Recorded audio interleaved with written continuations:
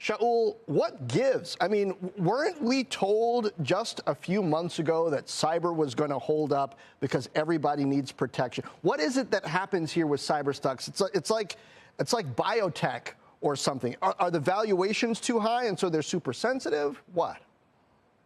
It is probably, John, a combination. What we had seen is initial cracks within the cyber arena back in the second quarter of 22. We've seen a little bit of bounce back in the second half of 2022. But when companies started projecting into 2023, maybe it was a little bit of calm.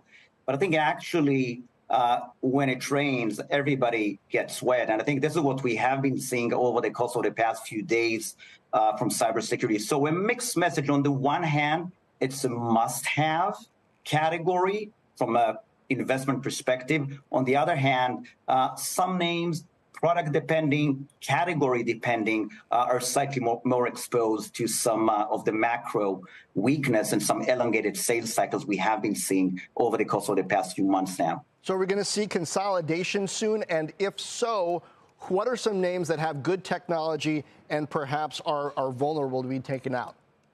Absolutely. I think what we had seen for the lion's share of 2022 is actually the private equity funds pursuing some cyber targets. ForgeRock, Ping Identity, KnowBe4 were taken out by Thoma Bravo, and KnowBe4 actually was taken out by Vista.